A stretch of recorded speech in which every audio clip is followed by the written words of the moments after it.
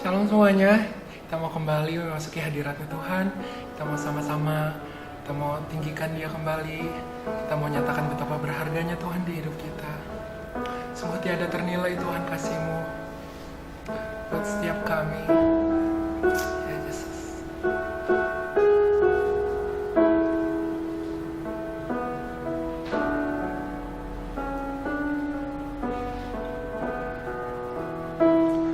Di hatimu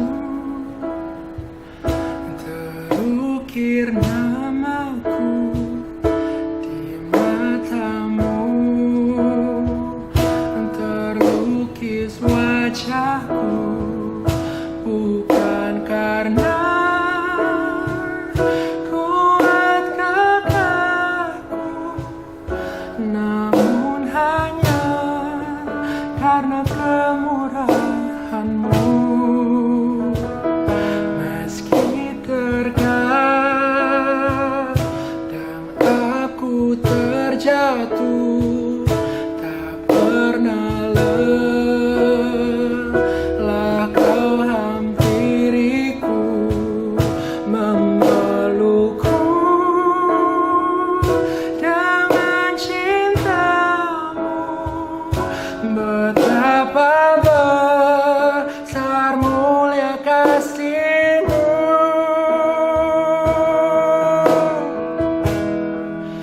Bagi-Mu Tuhan segala pujian,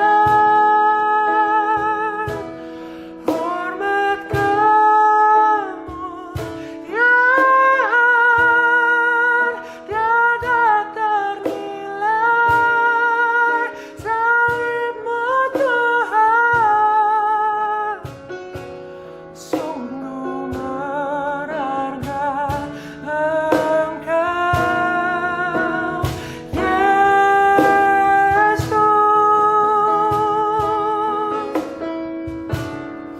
di hatimu terukir namaku, di matamu terlukis wajahku, bukan karena kuat gagahku, namun hanya karena kemurahan-Mu. Meski terkadang aku terjatuh, tak pernah lelah Kau hampiriku, memelukku dengan cinta-Mu. Betapa besar mulia kasih-Mu.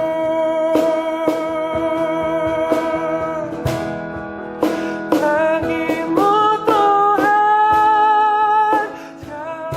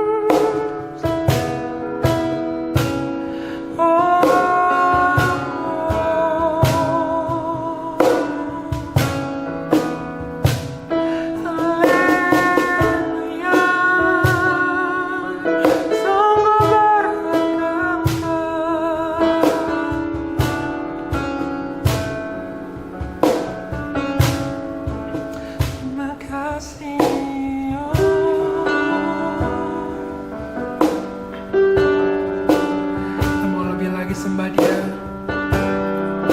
menyanyikan pujian bagi Dia. Nyanyi pujian bagimu, Tuhan, pujian bagimu, Tuhan, namamu besar dan layak dipuji.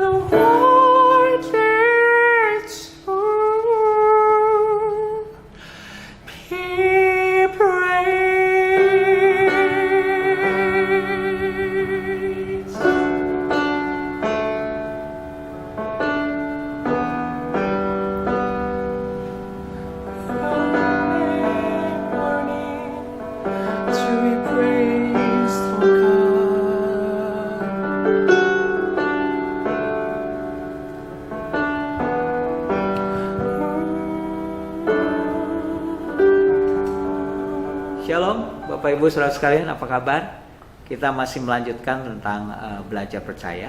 Minggu lalu kita belajar bahwa yang disebut dengan dosa bukanlah karena tidak taat atau bergeser dari sasaran atau meleset dari sasaran atau mati atau putus hubungan atau status sebagai pendosanya, tapi karena ketidakpercayaan.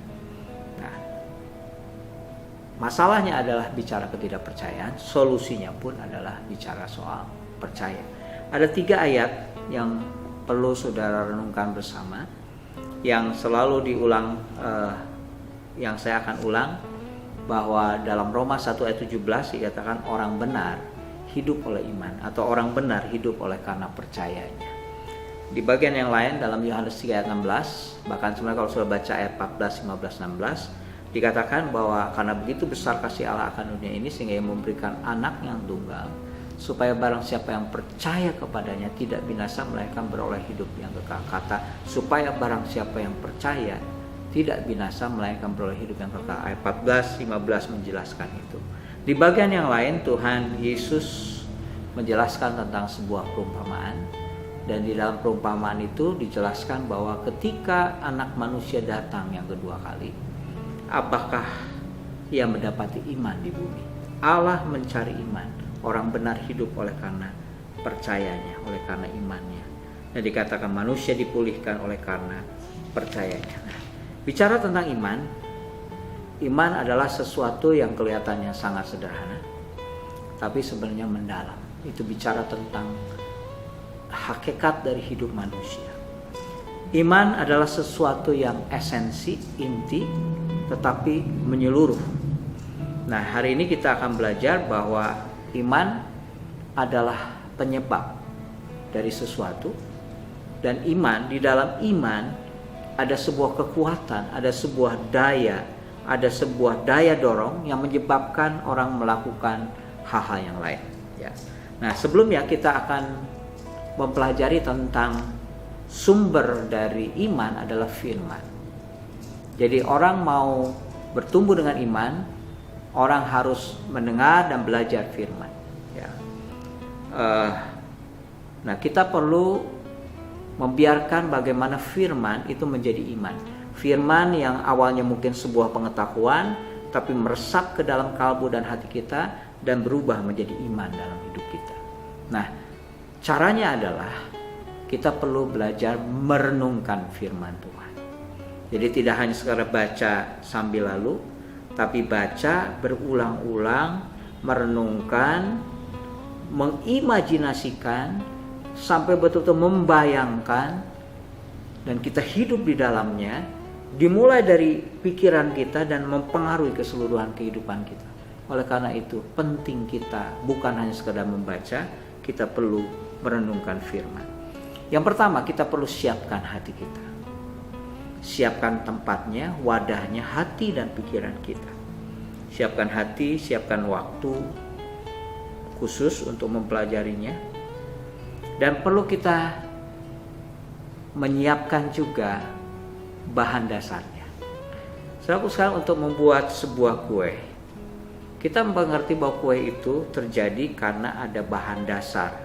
Apakah itu terigu, apakah itu margarin atau mentega, gula, keju, coklat dan lain sebagainya. Sebuah kue atau sebuah kue roti itu ada yang namanya bahan dasar. Firman, di dalam Alkitab kita yang ada firman, ada bahan dasar. Kalau saudara ingin membutuhkan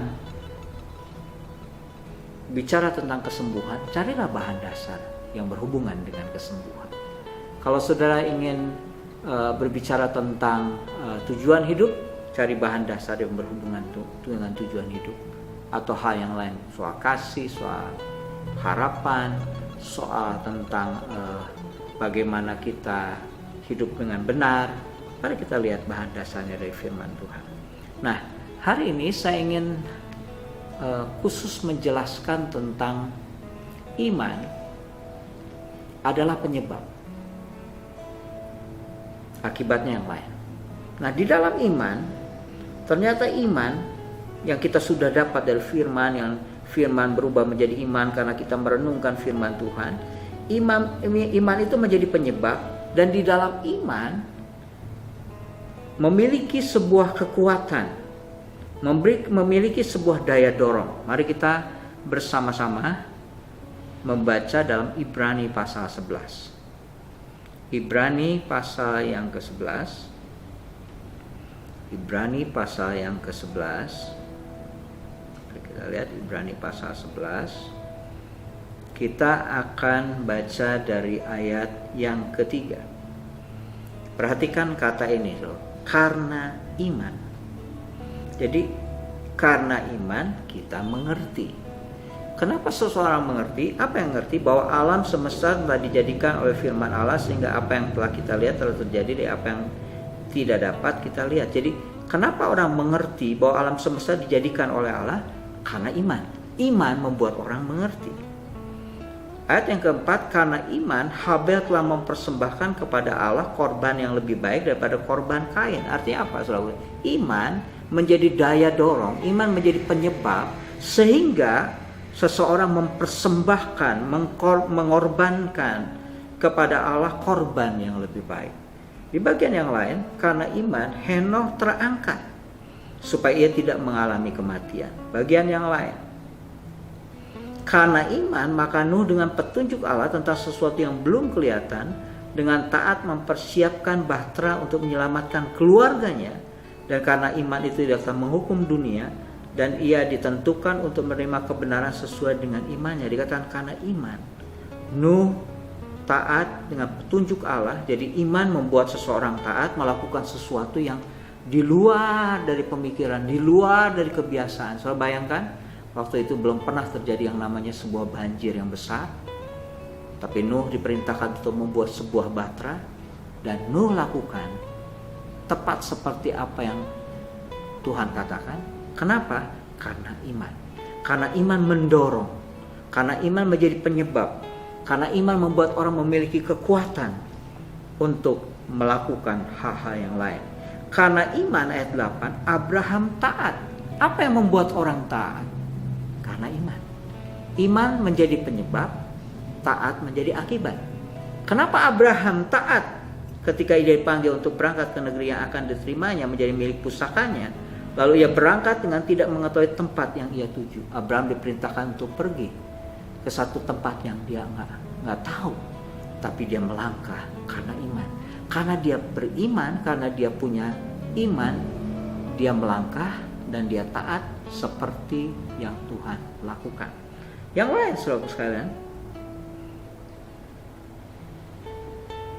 ayat 11, karena iman ia juga dan Sarah beroleh kekuatan untuk menurunkan anak cucu walaupun usianya sudah lewat, karena ia menganggap dia yang telah memberikan janji itu setia. Karena iman Sarah beroleh kekuatan untuk menurunkan anak cucunya.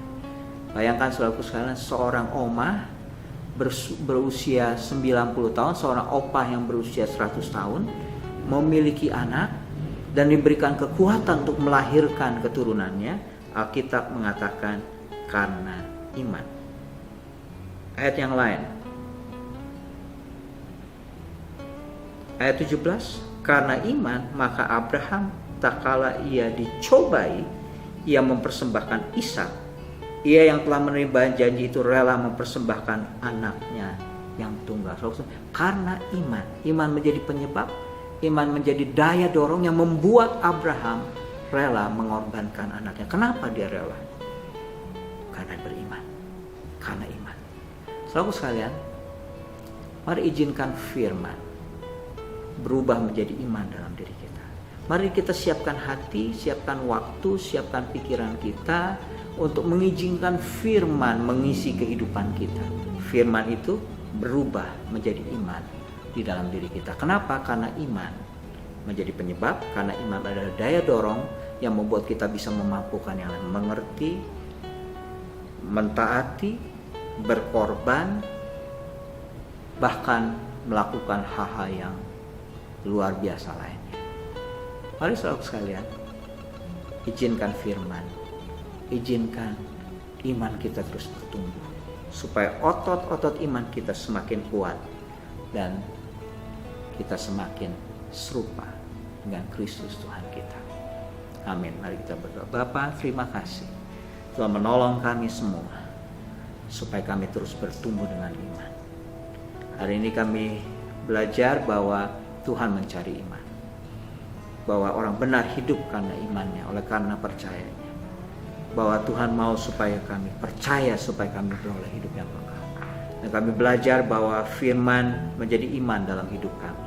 Dan kami percaya bahwa ketika firman menjadi iman di dalam hidup kami, kami punya iman. Iman menjadi daya dorong, iman menjadi penyebab sehingga kami melakukan ketaatan, kami melakukan pengorbanan, kami rela menolak hal-hal yang duniawi. Dan kami sepakat selalu dengan kebenaran-Mu karena kami tahu karena iman. Tuhan menolong kami semua supaya Roh Kudus terus menghidupkan kebenaran ini dalam hidup kami. Terima kasih Tuhan, dalam nama Tuhan Yesus. Amin. Tuhan memberkati.